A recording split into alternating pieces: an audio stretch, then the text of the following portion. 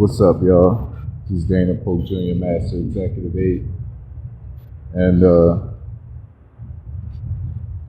train's still running, but it's about to be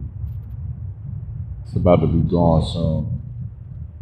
Let's go ahead, step into this grass.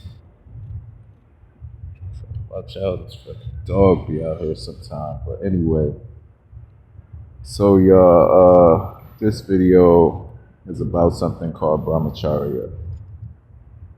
And I'm talking about this because, I was thinking about solutions yesterday to gaining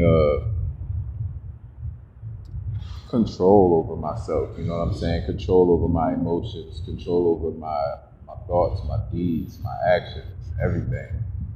And this was kind of the first thing that came to mind, and I thought about it before, but I think now I'm going to go into it.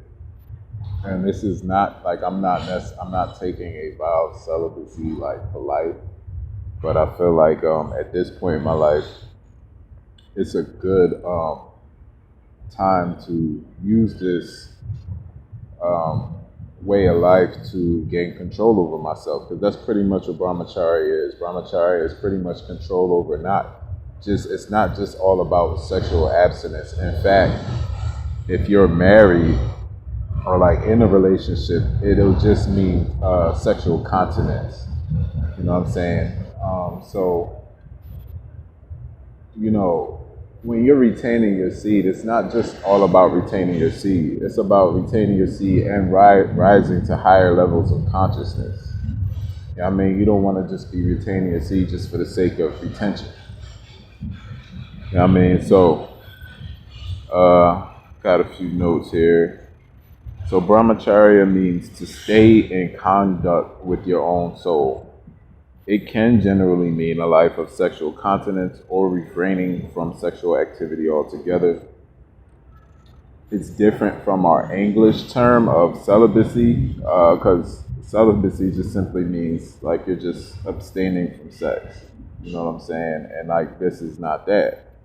Brahmacharya is actually just one part of a whole yogic system. So Brahmacharya is control of not just the sexual energy, but complete control over our entire being, thought, word, and deed. Spiritual and physical Brahmacharya, control over the body and the mind. In some traditions, it means mandatory renunciation of sex and marriage. For monks, spiritual practice is considered a necessity. In the West, this is mirrored in a monastic setting. And I don't know if y'all heard me before because the train was going by, but I want to be clear. I'm not taking a vow of celibacy for life.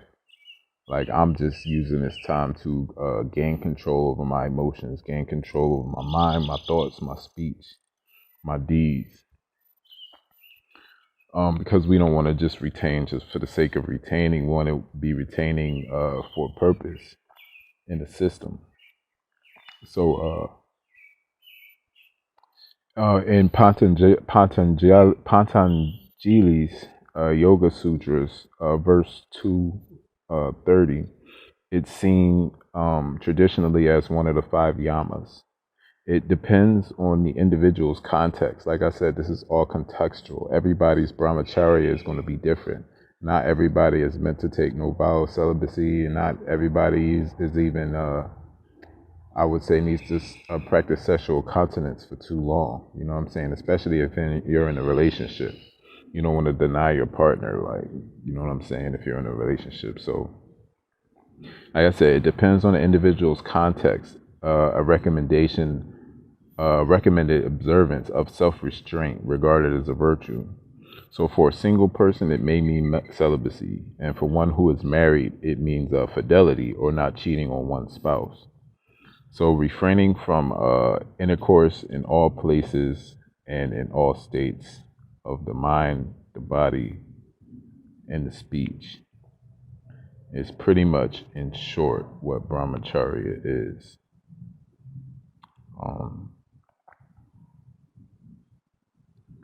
So this brahmacharya will lead to profit in virya. And this word virya is a Sanskrit word.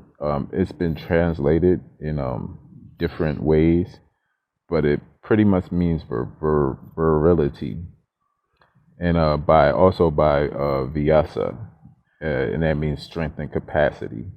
So Vyasa explains that this virtue promotes other good qualities. So in some of the ancient and the medieval texts of Hinduism, it describes virtue differently.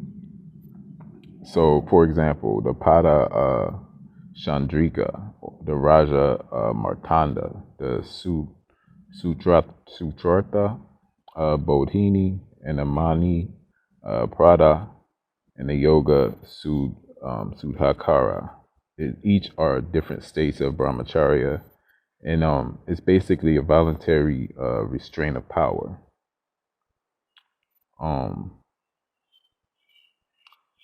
It's a sacrifice which, once perfected, leads to realization of the soul or self-atman, and it becomes a habit of experiencing the soul and others and everything. The objective of brahmacharya as knowledge of the Brahman, or the Book of Five, or the Book of Effort. Brahmacharya leads one to union with the Supreme Soul or Self.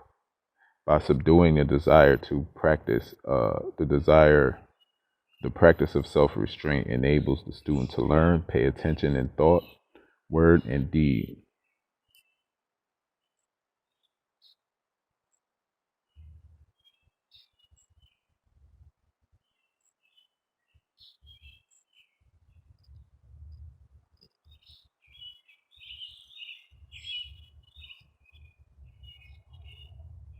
My fault, y'all. I thought I heard somebody. Anyway,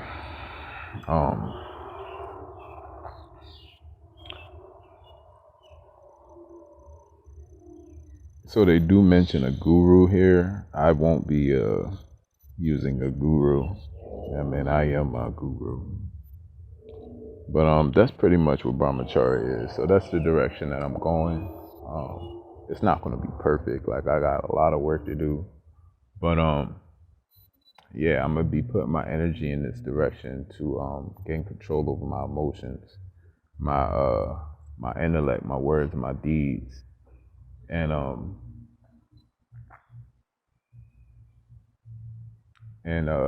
be celibate in the process. You know what I'm saying? And like that's not set in stone. I know for sure, like the porn is like a no-go. You know what I mean? If I do relapse or whatever, like that's cool too. I ain't gonna sweat it. I'm gonna keep it moving. But what I won't be doing is settling for less as far as who I give my sexual energy to, and I also won't be engaging in any pornographic activity. So, but what I will be doing is working on getting control over my mind, my body, and my emotions. Let me just through through practices like yoga, through working out. Pretty much some of the stuff I've been doing already is just now I'm going to be pursuing it more fervently, because I just feel like I'm kind of already there. So now it's just